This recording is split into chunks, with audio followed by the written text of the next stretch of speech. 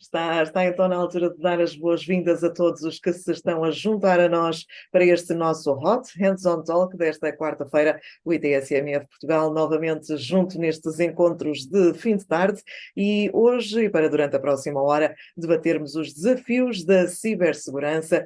É um dos temas que está na ordem do dia. Todos os dias se levantam questões à volta deste tema e claro que não podíamos ficar indiferentes aos desafios que a cibersegurança nos traz.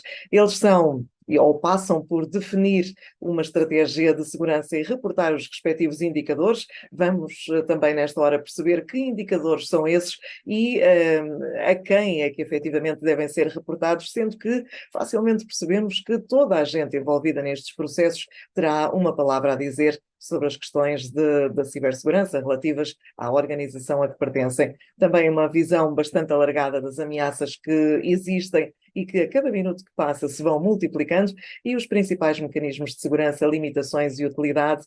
Tudo vai ser-nos então trazido por Paulo Coelho, a quem muito agradecemos também por se ter juntado a nós e por liderar esta sessão de Hands-on Talk. Ele é IT Security Director na Santa Casa da Misericórdia de Lisboa e, como habitualmente, é também o António Bento, da direção do ITSMF Portugal, que vai moderar depois as questões que nos vão surgindo. Fica já lançado também este desafio, que o espaço de chat vai ser destinado então às vossas perguntas, que podem e devem ser hoje bastante técnicas, mesmo de mãos na massa, sobre como é que se faz este ou aquele passo. Vamos ter seguramente tempo para isso. E também, como habitualmente acontece, lançamos já o repto para o próximo evento que nos vai juntar a todos e é chegado o momento do grande evento anual do ITSMF Portugal. Vai ser no dia 23 do mês que vem. Vamos estar um dia inteiro juntos, online. É a nossa conferência anual que acontece logo a partir das 9h30 da manhã. Em breve vamos trazer-lhe todos os detalhes, o programa completo, fechado, os oradores e todos os temas com que vão presentear quem decidir juntar-se a nós para a conferência anual do ITSMF Portugal.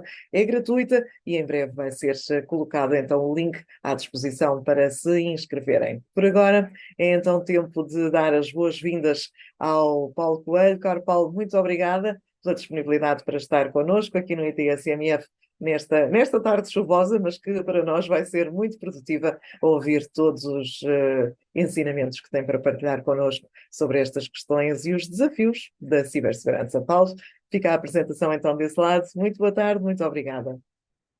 Muito obrigada, Daniela, muito obrigada, António. É uma honra estar aqui convosco. Eu já colaboro aqui com a associação já há muitos anos. Fiz agora há poucos dias, 10 anos, que estive no grupo de tradução da ISO 27001, a versão 2013, e essa tradução foi feita no seio do ITSMF. E, portanto, é uma grande honra estar aqui convosco e tentar ajudar também aqui nesta empresa voluntariosa de partilha de experiências e de tentar proporcionar aqui também momentos de reflexão aqui à nossa audiência. Muito obrigada. Aproveitando também para dizer que o ITSMF há poucos dias fez 20 anos, portanto, pelo menos em metade da vida do ITSMF tem estado presente, Paulo. Exatamente. E é muito importante realmente o papel do ITCMF como organismo de normalização setorial na área de segurança e é realmente aqui um prazer e uma honra estar aqui neste ciclo de conversas e que são muito interessantes. Eu tenho acompanhado-os através do YouTube e realmente espero também estar à altura e que o tema seja relevante aqui para a nossa audiência. Claro que sim, nós aqui agradecemos. Vamos a isso então. Vamos a isso então, muito bem. Eu vou então partilhar então aqui a tela. Penso que já estejam a ver, correto? Por enquanto ainda não. Ainda não? Ainda não. Carregar novamente. Agora sim, Paulo. Exato, agora sim. Exatamente. Obrigado. Exatamente. Nada. Muito bem, a ver, só esperar aqui que desapareça. Vocês estão a ver aqui este menu? Não. Se calhar é só no meu que Estamos a aparece. ver a apresentação sem menu. Portanto, a Ok, apresentação Temos excelente, a é isso mesmo. apresentação em ampla. full, Tudo. exatamente, ecrã total. Exatamente. Então, muito bem. Bem, muito boa tarde, muito obrigado ao ITSMF, muito obrigado aqui a quem nos assiste. Eu preparei aqui um conjunto de tópicos de reflexão sobre experiência, tópicos que possam eventualmente ser relevantes para quem também está nesta vida de gestão de cibersegurança. Vamos ver aqui, digamos, a nossa agenda para hoje. Temos uma agenda que temos 6 tópicos, podiam ser mais, podiam ser menos, tendendo aqui também ao tempo que da nossa sessão, eu tentei resumir aqui em 6 grandes tópicos algumas questões que já todos nós nos deparamos, e o que eu vou fazer é basicamente partilhar alguma coisa que possa ser partilhada, sabendo que, como é evidente, há matéria que é sensível e, portanto, que não pode ser partilhada de forma pública, mas pelo menos podemos aqui refletir aqui sobre algumas das variáveis de todos estes pontos que vos vou apresentar. Muito bem. Então, o primeiro tópico é realmente aqui o plano estratégico, e isto parece, digamos, uma verdade lá para Alice, não é? Portanto, obviamente que é importante ter um plano estratégico e um plano estratégico sobre este tema da cibersegurança. E eu achei que, se calhar, antes de iniciar aqui, digamos, este roteiro de pontos, convinha aqui um pouco partilhar aquilo que é o meu entendimento desta noção de cibersegurança. Este conceito, obviamente, surge e neste momento está completamente, digamos, institucionalizado, utilizado aqui por várias normas de referência do setor, e achei que seria relevante salientar aqui, digamos, aquilo que eu acho que a cibersegurança traz, que é um pouco diferente daquilo que tínhamos anteriormente. Portanto, as normas da série ISO 27000 sempre referenciaram, digamos aqui, o IT como um repositório, não é? Um repositório de informação, e a ideia da ISO 27001 é sempre proteger a informação, esteja ele num repositório eletrónico, esteja ele num repositório em papel ou esteja ele num repositório humano. 3 repositórios e, digamos, obviamente, onde existe maior quantidade de informação é, obviamente, nos PCs. O conhecimento estará ainda aí, durante agora nos próximos anos, pelo menos, ainda estará residente na cabeça das pessoas, mas a informação, digamos assim, os dados, a maior quantidade de dados está realmente nos PCs. E a visão destas normas objetivamente era de um sistema informático como um sistema de informação, um sistema que processa e armazena a informação e que, basicamente, um PC como visto como repositório de dados. Ora, o conceito de cibersegurança, tal como eu entendo, isto é um entendimento subjetivo, porque não encontrei uma definição muito clara e taxativa nos referenciais que consultei, é que os sistemas informáticos devem ser vistos não só como repositório, mas como também um agente executante de tarefas, tarefas variadas e um agente que processa a informação e é capaz também de ou gerar conteúdos sobre essa informação, no caso sobre o GPT, não é? Com aqueles modelos de linguagem, ou então tomar decisões sobre a informação que foi processada. E, portanto, este conceito de um PC, de um sistema como algo com papel, digamos, não tanto de repositório, mas mais de executante, um worker, é um conceito importante e é, digamos, aquilo, e é um patamar de entendimento que eu acho necessário quando falamos em cibersegurança e termos esta visão que, objetivamente, aqui não estamos a falar apenas da visão do ordinateur, estamos a falar da visão do sistema informático executante e que cada vez mais terá autonomia na sua atividade. E clarificando este conceito, podemos então agora avançar aqui, digamos, para o primeiro tópico. O plano é realmente aqui um instrumento de comunicação para fora, um instrumento de orientação para a equipa interna. Eu aqui não vou detalhar planos, todos nós temos receitas para criar planos, colegas que com certeza já criaram muitos destes documentos. Eu ia focar-me aqui em 5 grandes aspectos. O primeiro tem a ver com a linguagem, que obviamente o plano deve ser entendido por negócio.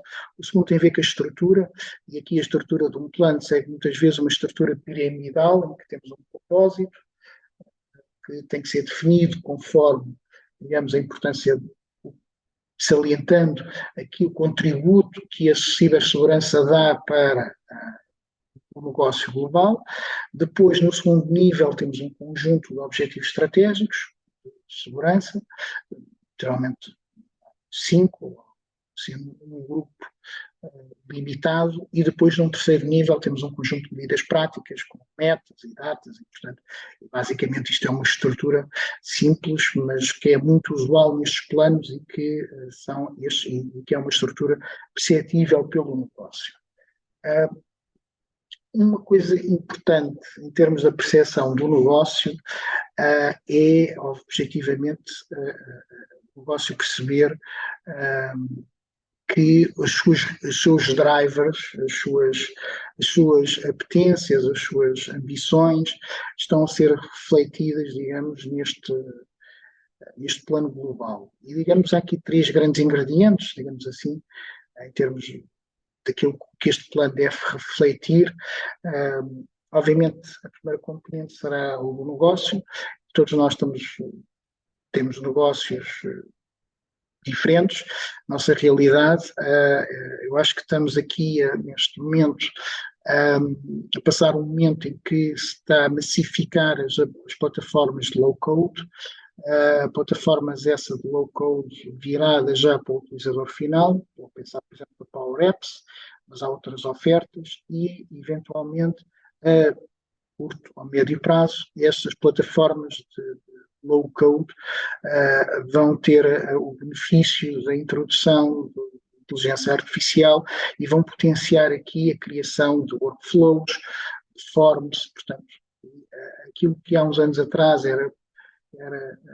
demorava mais tempo com as ferramentas disponíveis na altura, com o low-code e com os serviços da API disponíveis na cloud, é possível, digamos assim, disponibilizar e parametrizar uma mini aplicação do negócio com vários interfaces e fazer isto de forma relativamente fácil e de forma que, basicamente, um utilizador consegue fazer isto sem muito envolvimento da informática. Eu não estou a dizer que isto seja positivo, estou a dizer que isto é uma tendência, e é uma tendência que acho que é abrangente, obviamente. Esta tendência de incorporar, digamos, estas ferramentas autodesenhadas nos processos de negócio é algo que se vê o negócio em vários setores, claro, portanto é algo que me parece ser uma tendência importante e, portanto, temos que ter atenção, porque isto obviamente significa aqui uma descentralização, digamos, de algumas aplicações e alguma, digamos, aquilo que nós chamamos o shadow IT, não? Cada vez mais poderá ser, digamos aqui, uma tendência que teremos que endereçar e que regular, digamos assim. Há aqui depois um segundo ingrediente, que obviamente é a pressão regulamentar, e, portanto, aqui estamos a falar destes tópicos por todos nós conhecidos, a NIS, o RGPD, todos os outros regimes jurídicos aplicáveis, digamos aqui, às entidades. E, obviamente, temos aqui um terceiro ingrediente que tem a ver com as ameaças e com a questão que ameaças essas muito variadas e que são cada vez mais estão a ser automatizadas. E, portanto, no fundo, um plano, não é, tem que ter olhar para fora, olhar para o futuro, ter atenção a estes tópicos, mas também, digamos assim, isto é uma coisa muito importante e todos nós, quando fazemos estes planos, temos que ter esta noção e que realmente não é só preciso olhar para o futuro, é preciso também ter os pés assentes na terra e esses pés assentes na terra, basicamente, quanto a mim, decorrem de duas questões.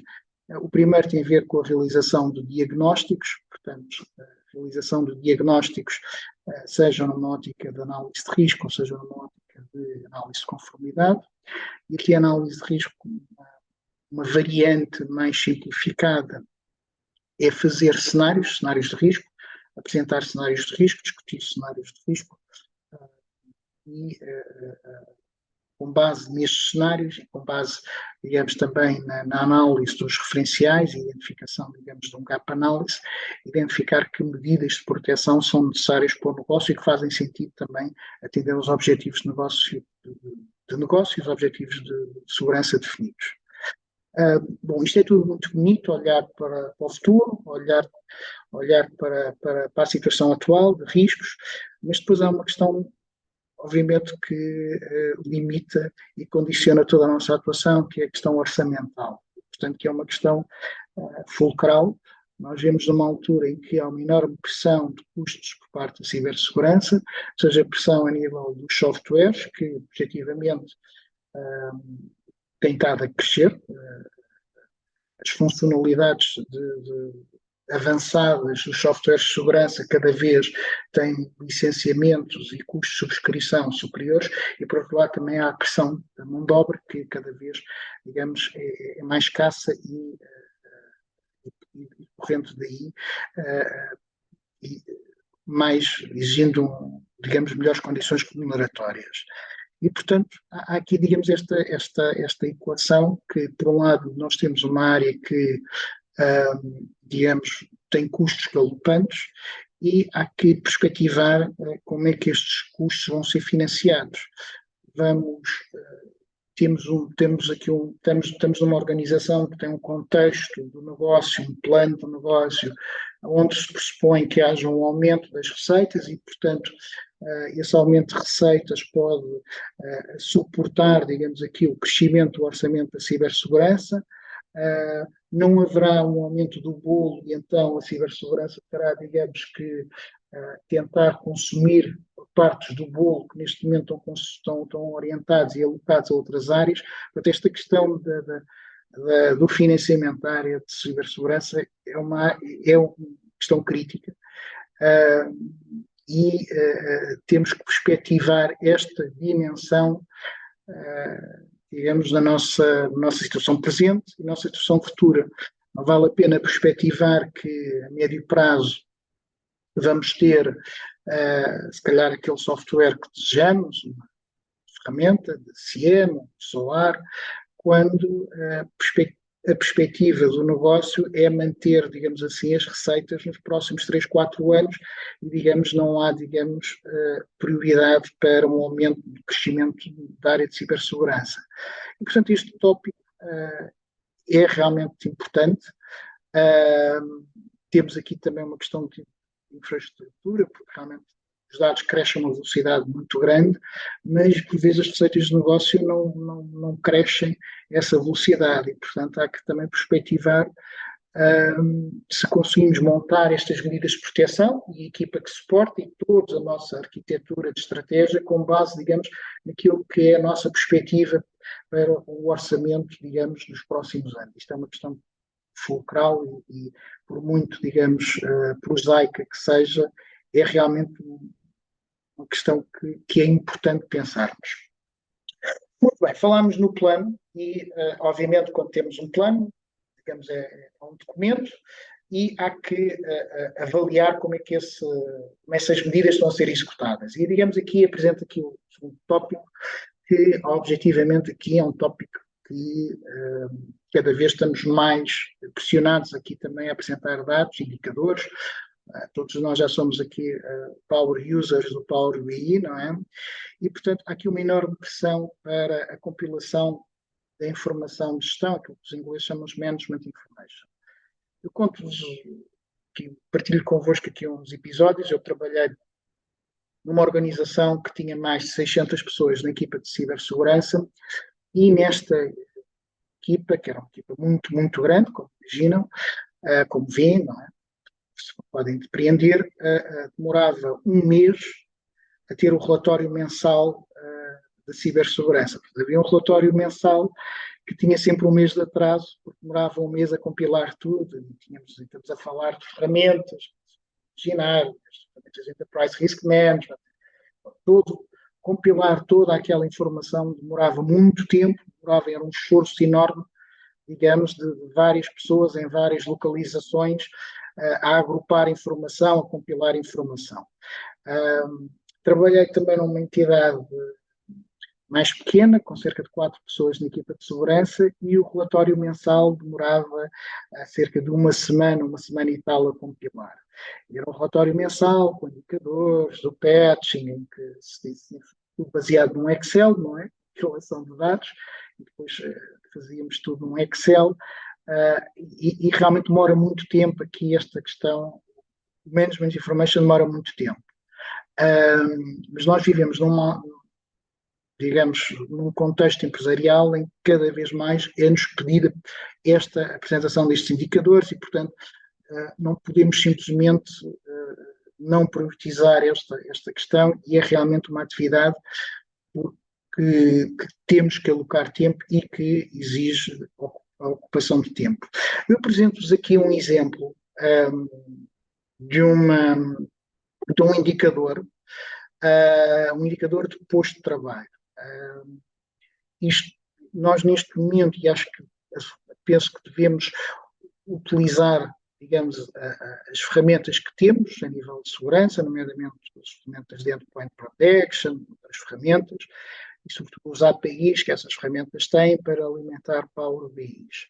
E no Power BI podemos, objetivamente, ter várias dimensões, sistemas, postos de trabalho, servidores, utilizadores, pronto, vários indicadores, obviamente, e depois podemos também ter indicadores da nossa própria resolução de incidentes.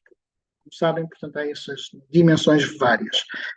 E aqui apresento um exemplo de um indicador de posto de trabalho, em que na primeira linha nós vemos aqui uma percentagem, que é uma percentagem dos eventos de risco por categoria de risco, não é? Portanto, risco alto, médio, baixo, informacional ou risco sem risco, e, digamos, a percentagem dos PCs sobre o total do parque. Portanto, vamos imaginar, portanto, aqui, como podem ver, portanto, 98,1% dos PCs não tinham nenhum evento associado, seja de risco alto, médio, baixo ou informacional.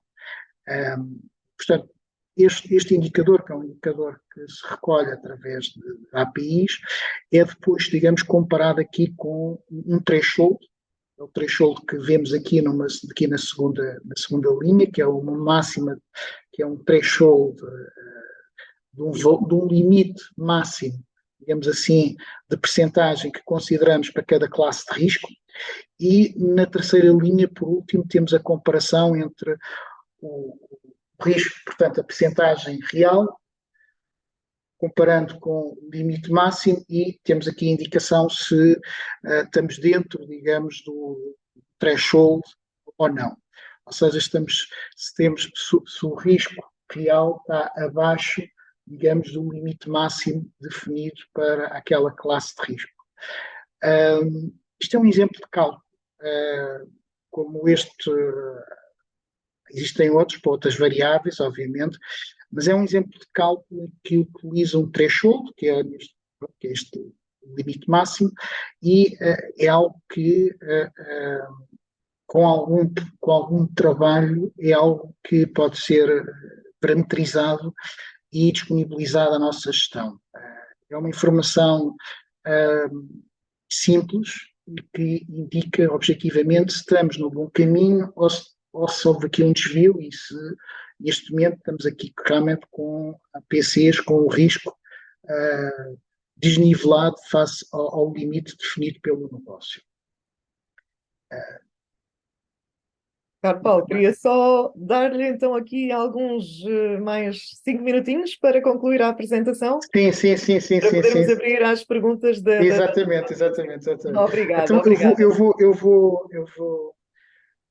vou avançar e queria também estar-vos aqui, digamos, mas não vos queria Certíssimo, também estar aqui a obrigada. consumir. A terceira recomendação tem a ver efetivamente com a questão do threat intelligence e com a importância de receber esta informação. Receber e processar esta informação, nomeadamente agir sobre ela. E aqui estamos a usar aqui uma abordagem de definir este threat intel em 3 níveis: estratégico, tático e operacional. Isto vem da ISO 27001 e está mais detalhado na 27002. E, portanto, aqui a noção é importante recebermos informação daquilo que é o threat landscape, não é? E essa informação podemos recolher dos exercícios de recolha de dados do CNCS, dos exercícios de foresight, por exemplo, que são exercícios de perspectiva a médio prazo, geralmente a 10 anos, como foram feitos pela ENISA, pela Agência de Cibersegurança Europeia, como sabem, ou então a receber este know-how de fóruns que nós participemos. E aqui há uma figura do ISAC, do Information Sharing and Analysis Center, que é uma figura que está a recolher aqui, digamos, uma enorme adesão na Europa, e é uma figura em que se identifica que se cria um ISAC, geralmente por setor, e nesse setor os parceiros partilham informação de uma forma estruturada, identificando, obviamente, situações que são relevantes para aquele setor em particular. Outro fórum de partilha, que é um pouco mais aberto, são as redes CISART, onde há uma rede nacional, onde também pode existir aqui esta partilha. E, portanto, isto é uma informação mais estratégica do threat landscape. Outras informações mais concretas é aquilo que se chama os TTPs, que muitas vezes são disponibilizados por alguns softwares endpoint, antivírus, em que explica efetivamente qual é a abordagem que os atacantes estão a utilizar, digamos assim, as ferramentas, os scripts, portanto, descreve aqui, digamos, o método de ataque.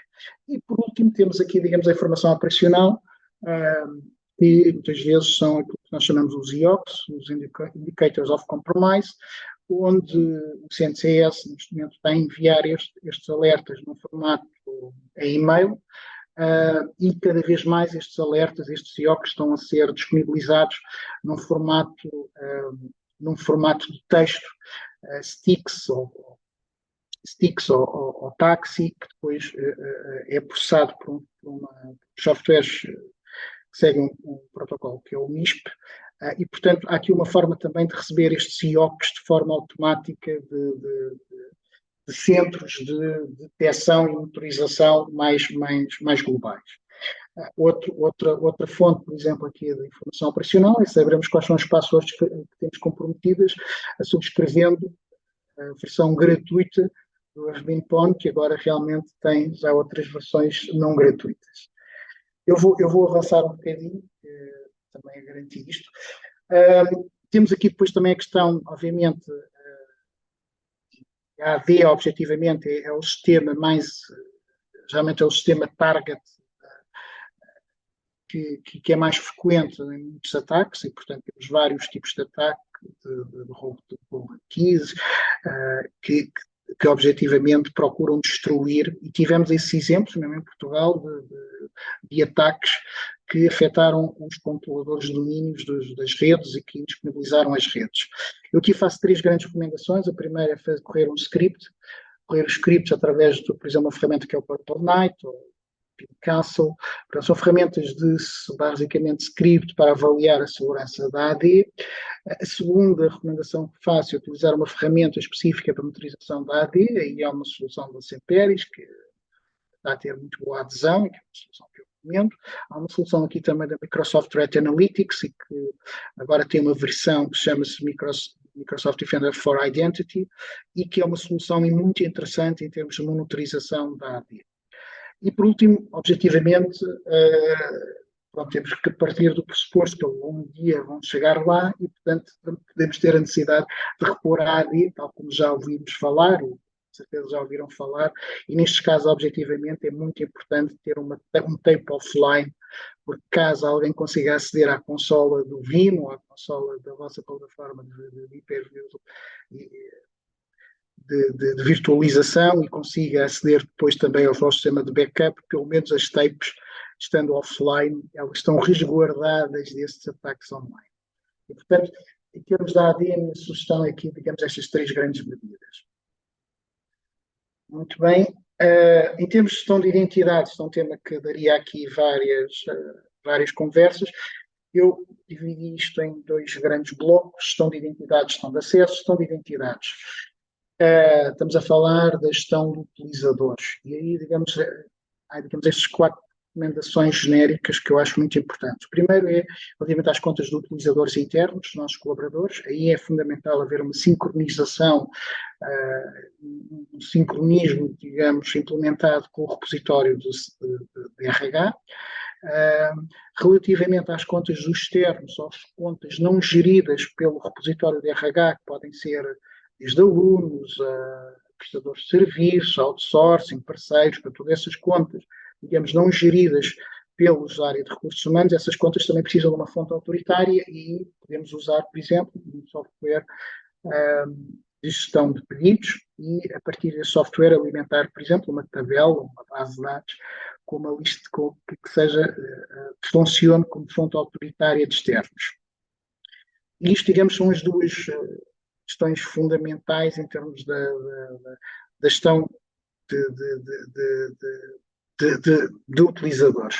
Objetivamente, que por muito que tenhamos as coisas sincronizadas, há sempre desvios e, portanto, é muito importante fazermos uma revisão, pedirmos ao negócio para revalidar, sobretudo contas externas, onde a necessidade de permanência daquela conta tem que ser revalidada. E, por último, mesmo que a gente pense ao negócio, há aqui também uma necessidade de fazer uma reconciliação massiva entre os vários repositórios, identificando aqui desvios, eventualmente aqui falhas de sincronismo. Portanto, em termos de gestão de identidades, são as 4 grandes medidas que recomendo. Desculpem aqui a velocidade. Em termos de gestão de acessos, penso que há aqui 2 grandes medidas muito importantes. Primeiro, utilizar mecanismos que possibilitem um autoprovisionamento em recursos, e aqui já existe, digamos, mecanismos em termos da Azure AD, que permitem esse autoprovisionamento, ou no Teams, e também potenciar, digamos assim, as revisões de acesso. Portanto, isto também é uma das funcionalidades que existem nestas ferramentas e em outras, e a revisão de acesso, seja a revisão de acesso em caso de mobilidade, ou em caso de necessidade de validação dos acessos a uma aplicação, um grupo, uma pasta, não é? Que um grupo de saúde geralmente está suportado num grupo de segurança, ou numa equipa Teams, ou mesmo a revisão a nível dos perfis que estão disponíveis numa determinada aplicação. Dentro da gestão de acessos, há depois aqui um subcapítulo que eu não vou agora alongar, porque já não temos muito tempo, que são os acessos privilegiados, que objetivamente depois aqui é um bolo mais complicado que tem que ser endereçado de uma outra forma. Mas digamos, em termos deste tópico de gestão de identidades e acessos, eu acho que para as identidades é muito importante estas 4 medidas e para a gestão de acesso é muito importante estas 2 questões de provisionamento e de revisão de acessos. Muito bem. Last but not the least, obviamente que temos que ser paranoicos e há aqui uma atividade que tem que ser feita, threat hunting.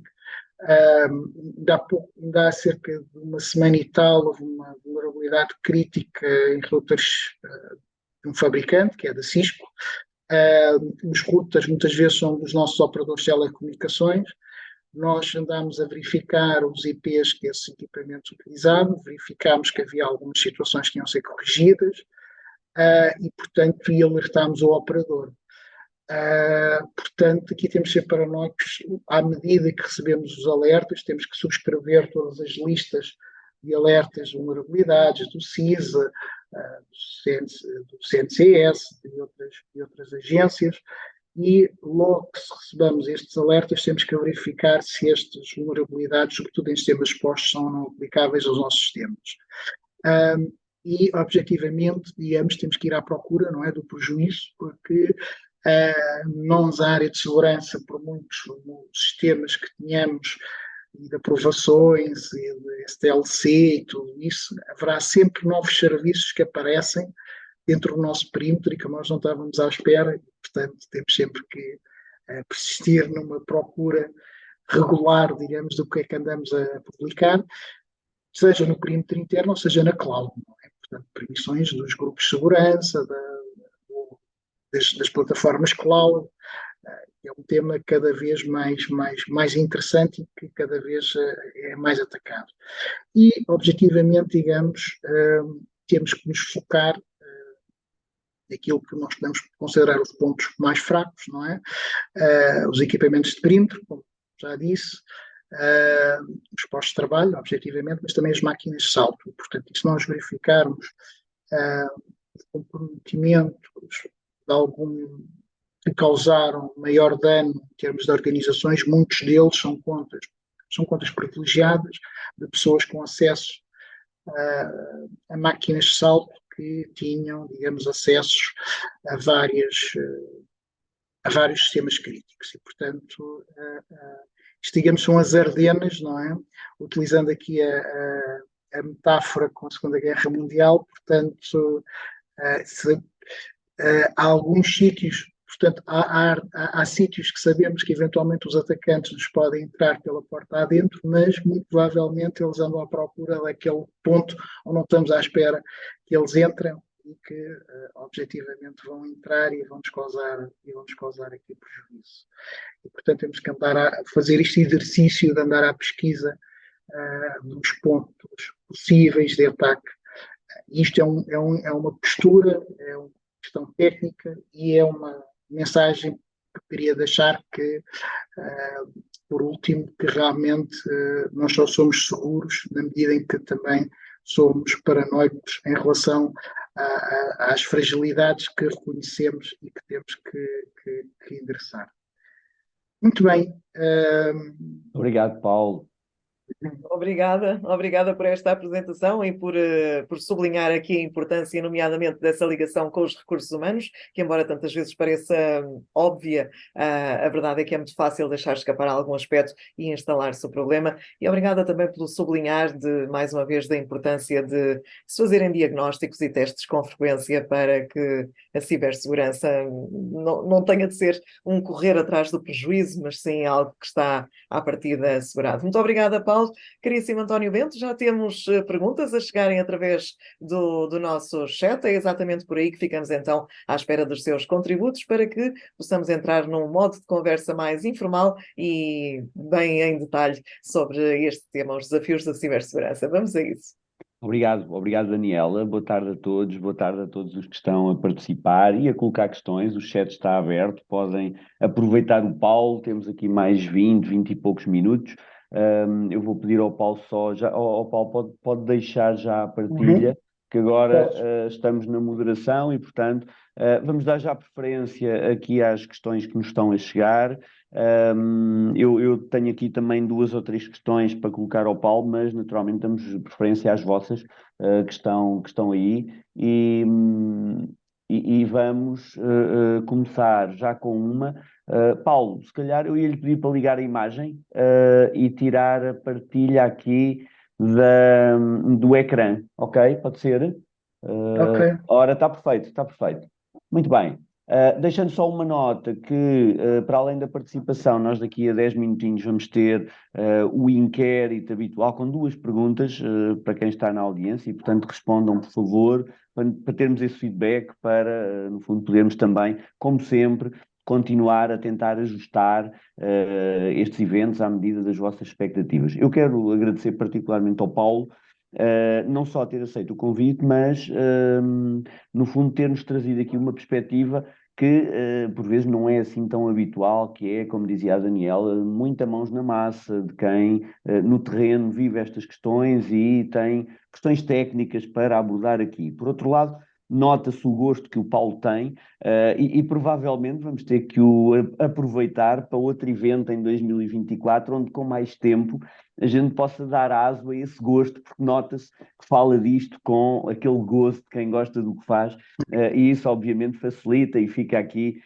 a porta aberta para podermos depois explorar outros temas até mais específicos. A primeira questão, Paulo, obrigado desde já, e a primeira questão que lhe lançava, temos aqui um dos nossos participantes que não se quis identificar, tudo bem, sem stress. Entre uma equipa de Governance, Risk e Compliance e uma equipa de SOC, quem é que deve, no fundo, gerir e efetuar o tipo de indicadores que o Paulo falou? Isto é, uma equipa de SOC também deve ter esse tipo de processo, ou esse papel fica num plano mais elevado ou mais abrangente de Governance, Risk e Compliance? É a primeira questão. Força, Paulo. Obrigado. Muito bem. Bom, isso depende um pouco do contexto organizacional. Eu diria que a apresentação dos indicadores deveria ser uma área com, digamos, um pendor funcional, se calhar a área de GRC apresentará a informação com uma linguagem e com uma pertinência mais alinhada com o negócio. A área de SOC, objetivamente, é uma área de resposta, não é? Incidentes, portanto, e é importante, se calhar, separar, nos casos onde isso é possível, separar as águas. Obviamente, há indicadores também dos casos que o SOC abre e fecha. Aliás, estas ferramentas, agora que eu utilizei aqui um termo, que é o SOAR, que são aquelas ferramentas de automação ligadas aos CIEMs, ou próprias ferramentas de SOAR têm muitas vezes cases, portanto, no fundo, tem quase um ticketing dos casos que o SOC está a resolver, e às vezes esses indicadores são úteis também em termos da nossa gestão. Mas eu tentaria, nos casos onde essa separação exista, que realmente seja a área de GRC a apresentar, porque estes indicadores, e nós temos agora muita magia do Power BI, para mim não basta estar lá o número, é preciso ter também lá um pequeno texto de explicação. Por exemplo, uma coisa que eu também sou adepto é o próprio Power BI ter um documento anexo com a explicação do cálculo, não é? Do cálculo, taxa de refrescamento do dataset, porque por vezes apresenta-se um Power BI, às vezes não é claro para a audiência a fonte de dados, a frequência com que foi recolhido, a última atualização dos dados, tudo isso é importante, e essa preocupação geralmente as áreas de GRC têm muito desenvolvida. Muito obrigado, Paulo. Não se façam rogados. Temos já aqui uma segunda questão que eu também vou colocar já, naturalmente, antes das minhas, e a questão é: quais as recomendações para as contas de serviço, máquina com máquina, comunicação via APIs, etc. Portanto, alguma nota sobre esta questão, Paulo? Pronto, aí estamos a falar as contas de serviço podem ser contas de infraestrutura, não é? De sistema operativo, ou às vezes são contas aplicacionais que têm componente, digamos que têm contextos de um utilizador não interativo, e portanto vamos chamar contas de serviço. É muito importante identificarmos as contas de serviço, portanto, uma das coisas que se recomendo é nos repositórios de utilizadores essas contas estejam perfeitamente identificadas, portanto, que essas contas têm uma gestão separada, não é, de todas as outras, que estão geralmente associadas a um utilizador pessoa, e essas contas têm, digamos, requisitos específicos em termos, muitas vezes as passwords não expiram, e portanto tem que ser passwords complexas, tem que haver um bom repositório dessas passwords. É importante que, digamos, se possível, digamos, essas contas sejam só utilizadas em determinados contextos, portanto, e que não sejam contas com excessivas permissões, sejam exclusivamente com as permissões necessárias para aquela finalidade, e, portanto, são essas contas devem ser geridas, e já faz parte, digamos, dos Privileged Access Management de forma separada. Em termos dos APIs, portanto, eu diria que nós temos, obviamente, relativamente cada vez mais APIs, muitos desses APIs autentificam-se com API keys, mas é importante, isto é um desafio, sobretudo para organizações com alguma dimensão, portanto, passarmos para um modelo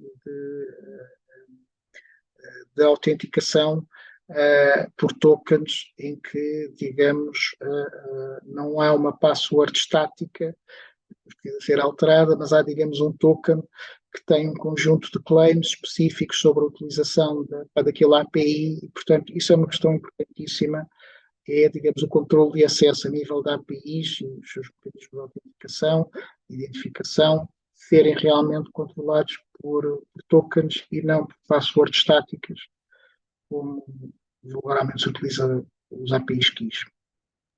Muito obrigado, Paulo.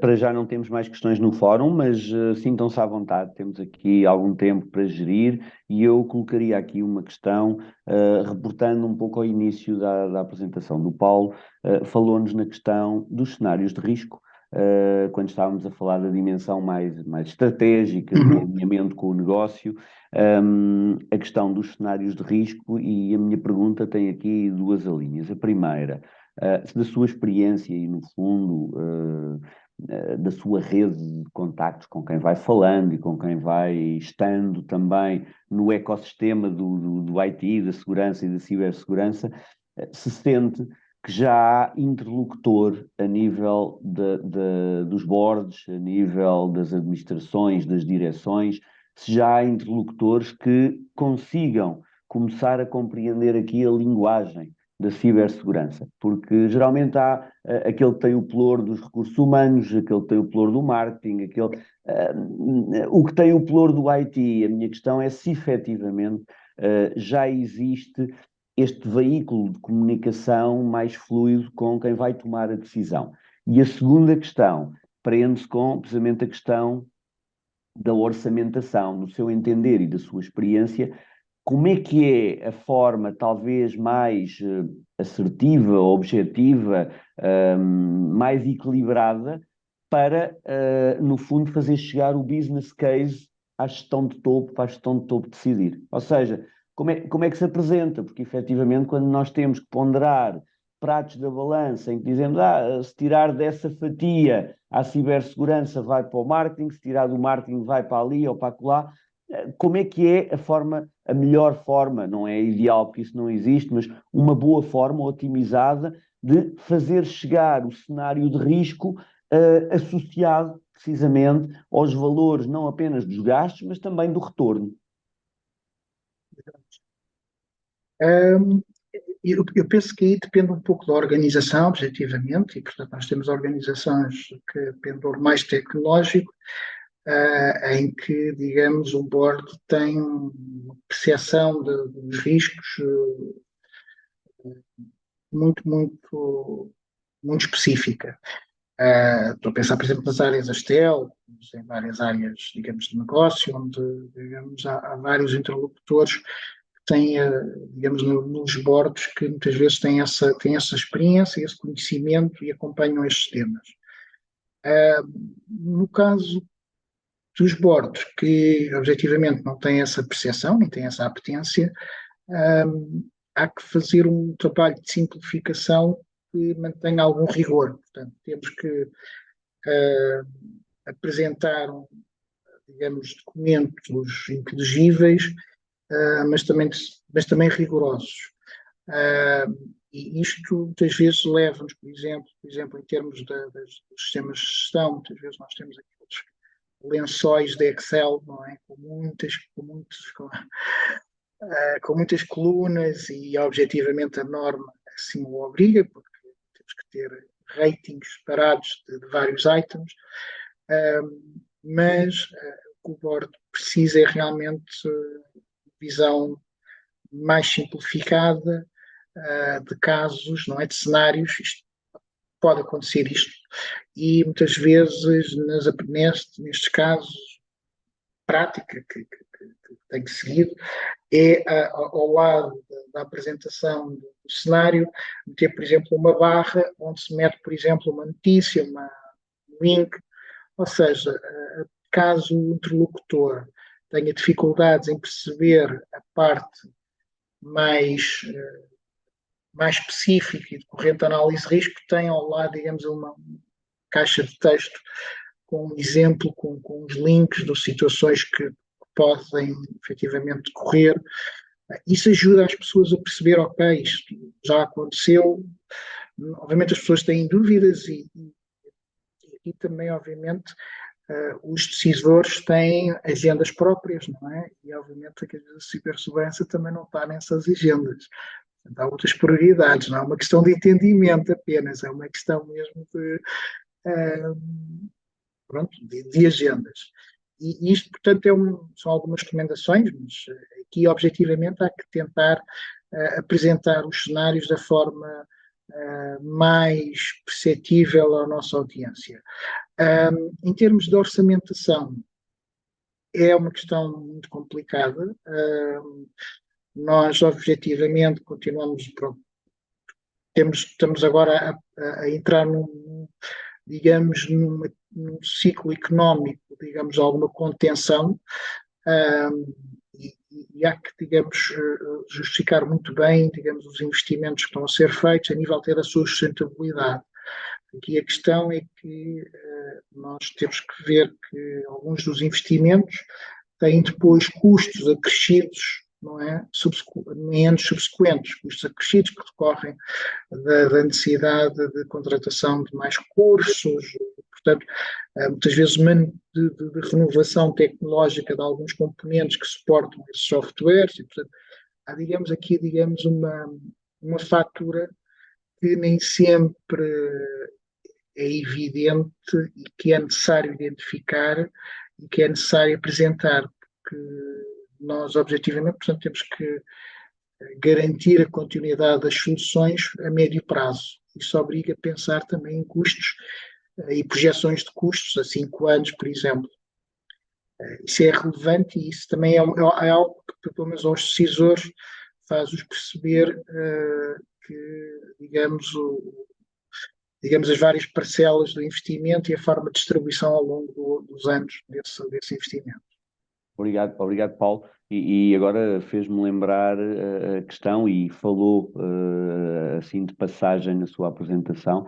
De facto, a nova versão da ISO 27001 tem um controlo direcionado precisamente para o Threat Intelligence, onde é perfeitamente possível casar não apenas aquilo que é o intelligence, mas também os impactos em termos de histórico. E lembrei-me que pode-se perfeitamente casar aqui para ter os business case orçamentais preparadinhos, não é? Porque obviamente vai havendo aqui um histórico e pode-se também medir impacto a partir desse histórico e dessa intelligence. E, portanto, penso que as coisas podem casar e os controles estão lá e portanto, haja a capacidade também de conseguir vender a quem vai tomar a decisão. Obrigado, Paulo. Uma nova questão, apelando aqui ao nosso fórum para participar, ainda temos aqui uns minutos, se quiserem, naturalmente. Uma outra questão prende-se com o conjunto de ferramentas e tocou aí vários tipos de ferramentas. A cibersegurança é e vive sempre numa encruzilhada de ferramentas, de práticas, de processos, de atualizações de informação, não é? Que sugestão é que daria para quem queira começar a entrar aqui na gestão da cibersegurança de uma forma mais estruturada, mais deliberada, porque nós temos requisitos legais e temos requisitos que são já mandatórios, como, por exemplo, os que decorrem da atuação do Centro Nacional de Cibersegurança, temos depois as boas práticas e as frameworks, as ENISAs, os NISs, etc. Temos a ISO 27, a família da ISO 27000, temos a gestão de serviços da IT, que também já está muito orientada para a segurança de informação, com alguns processos e ali para a fronteira com a cibersegurança. Portanto, ferramentas e frameworks não faltam, A questão é como é que alguém que esteja no fundo ou que tenha chegado agora a este mundo se pode movimentar aqui, não é? Porque efetivamente há muitas possibilidades de começar por algum dos lados. Exatamente. Eh, Aqui também, obviamente, decorre do contexto organizacional. Eh, Podemos, se calhar, começar no topo e depois descer.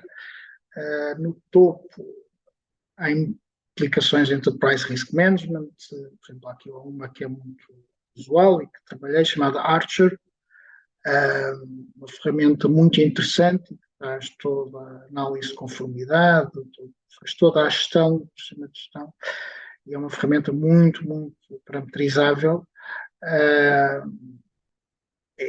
É, digamos, aqui uma mega ferramenta, mas que, digamos, contempla todos os conjunto de atividades que queiramos fazer. Depois, pronto, já que eu referi uma, vou referir outra, uma outra que também conheço, chamada Brisca, uma software house, um software que é muito utilizado no Reino Unido para a gestão também de sistemas de gestão, de informação.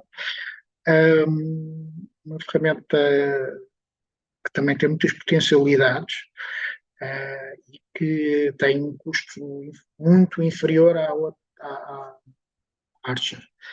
E depois, digamos, ao custom made, não é? Que é geralmente onde estamos, e o custom made, eu acho que se alguém quiser uma ferramenta para, digamos, digamos, ter uma visão do seu nível de conformidade, faça um referencial, faça, digamos, aqui realmente ferramentas como o SharePoint, digamos assim, muitas vezes já os utilizamos e que permite, digamos, interligações entre listas, não é? De SharePoint, e, portanto, podemos ter uma lista dos controlos, não é? Da ISO, outra lista dos planos de risco, os associar. Portanto, podemos aqui, através deste mecanismo de hiperlinks, de correlações entre tabelas, no SharePoint, digamos, criar aqui alguma correlação para um sistema. E, portanto, é uma forma de o fazer e, portanto, eu acho que há que encontrar aqui a forma de o fazer. Já agora também, já que estivemos aqui a falar em duas ferramentas, também tenho que mencionar uma, que até é portuguesa, que é da Integrity, que também faz a gestão do SMS, portanto, e que também é uma boa ferramenta. Portanto, há inúmeras ferramentas mais para esta gestão da segurança e gestão do risco, mas se calhar eu diria que o Excel e o SharePoint são sempre bons pontos para começar. Tem sempre que começar de algum lado, não é? Que não seja pelo argumento que, não temos ainda a ferramenta. Não, quer dizer, Exato. dominando aqui os conceitos, as coisas fazem-se. Muito bem, nós estamos aqui já em cima da nossa hora, temos tempo para mais uma questão e depois liberto aqui os nossos participantes e o Paulo. Basicamente, e temos aqui o inquérito à satisfação, que eu e o Paulo não podemos votar, Ok. agradecemos a quem está na audiência que vá votando para nos dar esse feedback. Uma última questão, Paulo. Falámos aí nas questões de continuidade de negócio, nas questões de ligação ao negócio, precisamente. Do seu ponto de vista e da sua experiência, já existem efetivamente simulacros e planos ou abordagens à continuidade de negócio que façam uma gestão integrada também com os componentes da cibersegurança, ou ainda estamos aqui um bocadinho desagregados e testa-se umas coisas na cibersegurança, testa-se outras coisas a nível da segurança da informação pura e dura, testa-se depois uma coisinha ou outra no negócio. Como é que é a sua percepção a este nível? Já começa a haver integração ou a cibersegurança ainda tem que ganhar aqui caminho e tem que se vender, entre aspas, para poder integrar a continuidade de negócio como um todo nas organizações? Eu acho que há um caminho, não é, que tem que ser feito de forma genérica. A continuidade do negócio tem que considerar os eventos disruptivos de cibersegurança, porque para muitos cenários da organização, se calhar, são situações com alguma probabilidade, e se calhar com maior probabilidade até que de alguns desastres naturais, não é? Não vou falar de acidentes, como fogo, coisas que têm outras probabilísticas, mas diria que há aqui questões que são precisas enquadrar em termos de continuidade de negócio. A cibersegurança como é uma das áreas que tem que ser envolvida e tem que dar os seus contributos para, nas áreas onde obviamente for solicitado, mas eu diria que depende um pouco também aqui da maturidade das organizações, este envolvimento ou não. As áreas de continuidade de negócio, houve aí, portanto, isto corrente, os avisos do Banco de Portugal, há aqui com certeza pessoas que tiveram implementações destas, correntes dos avisos do Banco de Portugal, houve muitos projetos de continuidade de negócio em instituições financeiras, e que o modelo foi implementado de uma forma muito abrangente, mas que, portanto, houve ali um esforço inicial. E agora, digamos, é preciso revisitar, digamos, esse esforço e integrar aqui, digamos, estes cenários, cada vez são mais frequentes, dos cenários disruptivos de cibersegurança, porque realmente são situações que precisam também ser enquadradas a nível da continuidade. E, aliás, a própria norma ISO 27001 dá aqui um foco muito importante em termos da continuidade do serviço da IT, e, aliás, há um controle que diferencia claramente das outras matérias de continuidade de negócio para se focar objetivamente na garantia da continuidade do serviço, não é? Nós estamos a utilizar serviços cloud, temos que objetivamente considerar qual é que é, digamos, o cenário caso haja uma indisponibilidade de comunicações, uma disponibilidade de data centers, portanto, todas essas situações são relevantes e precisam ser enquadradas nas decisões dos planos e das estratégias de continuidade do negócio. Bem, muito obrigado, Paulo. Obrigado, eu despeço-me já, antes de passar aqui à Daniela para fazer o fecho da sessão. São 19h03, portanto estamos numa boa hora para fechar. Muito obrigado. Obrigado ao Paulo, foi um gosto, naturalmente, e tem sido um gosto privar, seja à mesa, como foi a última vez, seja hoje, e portanto voltaremos certamente, quer à mesa, quer aqui.